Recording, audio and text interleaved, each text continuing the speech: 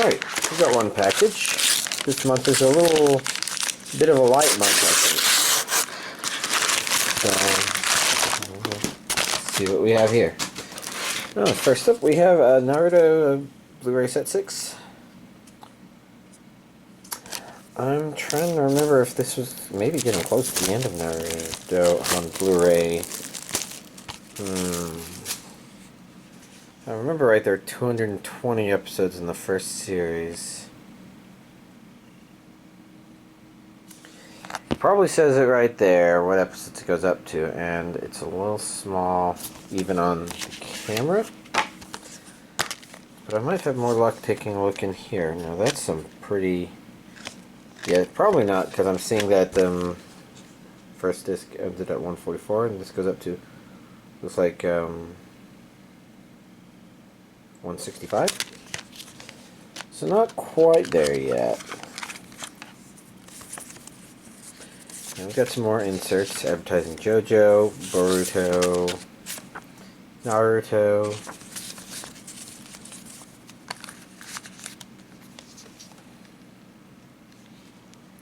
Okay, yeah, mostly simple shuriken designs. Okay. So we've got Naruto. Next up we have Dropout Idol Fruit Tart. Looks kind of cute, possibly amusing, funny. I don't know.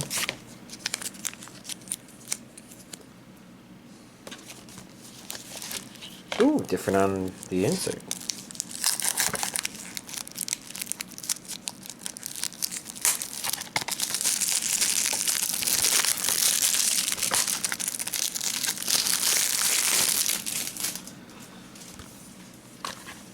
Let's see. I didn't check which regions that are, but that's going to be the same as whatever was before.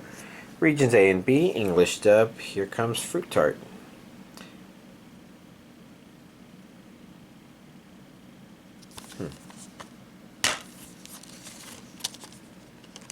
Okay. Yeah, I guess Funimation has been releasing more of these different on the insert things. Maybe they pay attention to the fact that people appreciate that Discotheque Eastern Star have been doing that.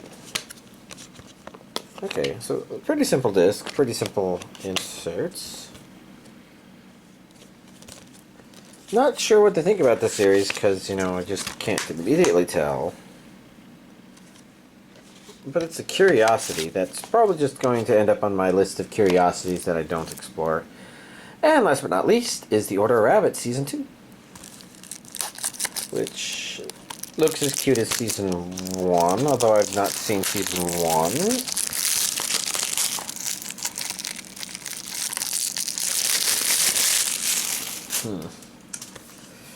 Let's see, that's a Region A, Japanese with English subtitles only, which is what I would expect. We've got 2 discs. Alright, well, that's pretty straightforward. Here's this week's anime Blu-ray collection update. Alright, first up I watched Talentless Nana. This is the complete season, not the complete series. So this is Season 1, and it's not a complete story. Which is good, because it didn't feel like it was paced quite right to be that. I mean, it could have been an okay one-season thing, but they're definitely setting up something a little bit longer. It was an entertaining show,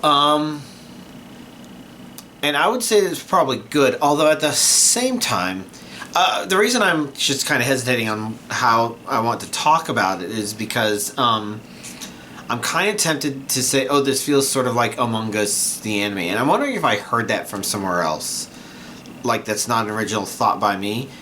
And to be fair, if you think of it as an Among Us anime, it's really not that great of an Among Us anime per se. Like, if this anime were an Among Us game, I don't know how to put it, but you know, it doesn't play off the stuff very well. You ever watch one of those shows where you have somebody that's like, ha, well, you've deduced that it could only ever have been me that committed the crime, but can you prove that was actually me who did it?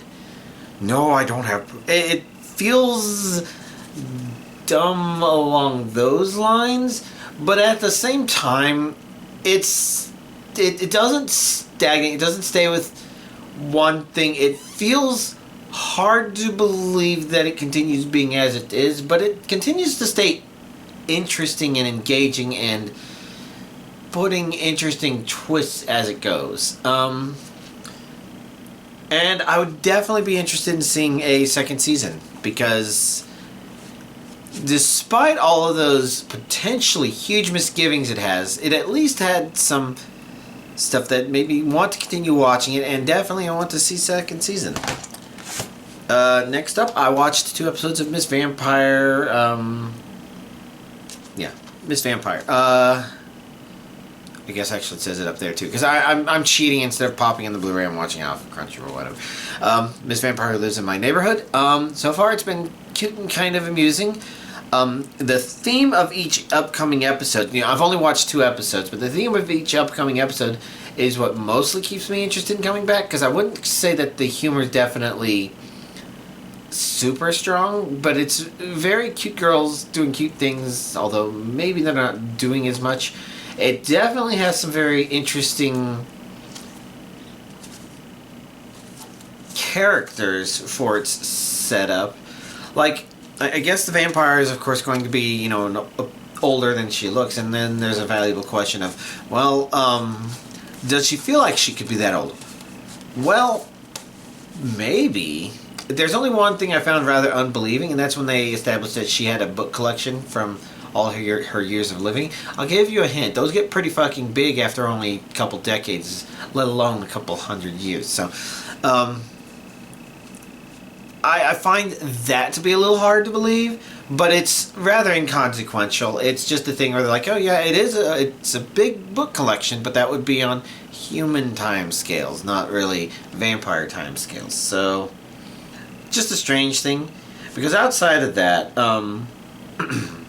again, it doesn't do anything super grabs you by the hand to pull you in where it's going. It does have this kind of cutesy slice of life-y kind of thing, which almost feels... I'm not going to say they were going for Miss Kobayashi's Dragon Maid, and this could just be something about the way the opening worked, kind of reminded me of that, but the show itself is definitely no Miss Kobayashi. That one is kind of an industry staple, might not even be the right word, because it just is very dominant in what it's capable of doing. And that one's not just cute girls doing cute things, although it has a lot of cute girl characters in it, even though it's not like this where it's like, oh how adorable, oh how adorable, oh how adorable. They come in very different shapes and sizes and personalities, even though there's some things that are kind of similar in the personalities, but not necessarily directly comparable, just kind of high level. I don't know. I shouldn't talk about that one too much. This one, I'm definitely curious on seeing where it continues going, because I only took a look at what the first 3 episodes were looking like. They were being like, okay, I kind of want to see where these episodes go. And again, it's not been anything that's gut-busting, but it's been very amusing, entertaining as it goes.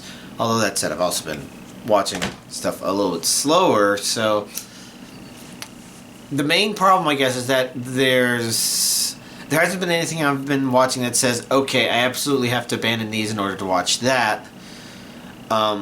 Until I discovered that an anime that I thought had been removed from Crunchyroll was actually on Crunchyroll. Maybe I just typed something wrong when I searched for it. Jobless Reincarnation. And I haven't seen any of that yet, but that one I've been wanting to watch. And I do have to come up with the painful decision of, do I watch it dubbed or do I watch it subbed so that I can continue watching further than where the dub goes right now? It's a bit of a conundrum, but I'm probably wanting to start watching that. Especially since in the interim I tried to watch a Do You Love Your Mother and her 2-hit multi-target attacks. Is it 2-hit multi-target? It doesn't matter. Because I watched 2 episodes and I don't feel too strongly to keep going. The most positive thing I can say about it is I really like the fact that they referenced Lena Inverse from Slayers. I mean, I think Slayers may have its own problems, but Lena Inverse is a bit of a character, and I think one of the few reasons why that show may stand out, despite some of the misgivings I may have with it. But all that aside, you know, it's not like they're trying to rip her off. They were just trying to reference, oh yeah, that stereotype. Well, maybe this character I'm about to meet is going to meet that stereotype. And that's an entertaining enough. It's really hard to tell what's putting me off about the show. I think it's a combination of, I don't know if this show is giving me any real reason to want to specifically watch it, and I'm not sure if I like the characters. Like, so it's kind of established our main character and his mother were zapped into a video game, but they've been directly told that they actually have no purpose in there. And this contrasts to some other really great stuff where even if the character is told, oh, no, you don't have a purpose, there was an implication that they had a purpose, and because of the way they were mistreated, there's an implication of why they're doing a purpose because of the getting back at them. Like, Saga of Tanya the Evil is probably a more clear-cut example where she has a very obvious, she wants to give the middle finger to being X. And I was trying to remember the names of the other stuff, and I forget that one. That one was still really great. I want to see a season 2 of that. That Sumiyomi or something like that. Because that one establishes, oh, you're going to be here. Implication that he's a chosen hero. Oh, I give up on you because you're not beautiful. And there's an implication that there is a reason for him to have been there. He was just deliberately not selected for it. So there is that looming thing. But there's also he's trying to show her up, and the show knows to play that up. So far, 2 episodes into Do You Love Your Mom, I haven't been getting it. I mean, they explicitly said again that there is no, oh, you're the hero and you have to defeat the Demon King or anything like that. Instead, it's kind of this more generic, I guess he's just supposed to get closer to his mom sort of thing. And it's not that they're necessarily bad characters for doing that, but his reasons for not liking his mom are just kind of abrupt and a little over the top. But then at the same time, her character as his mom feels a little completely unrealistic in a way that it really doesn't feel real. Especially when they want to use her for fan service and kind of incestuous sort of stuff, which happened in one episode. I think people were complaining about it being censored, and it's just like, whatever for me. I'm just kind of curious what the implications are in terms of storytelling, and since it feels very pandery, and what's that word I keep using? I don't remember. It loses some of its appeal, and then again, the characters, I don't feel like I gave the reason for the main 2 characters, but the other 2 characters we've seen, well, the merchant girl seems fine, but kind of a blank, oh yeah, she's kind of fine.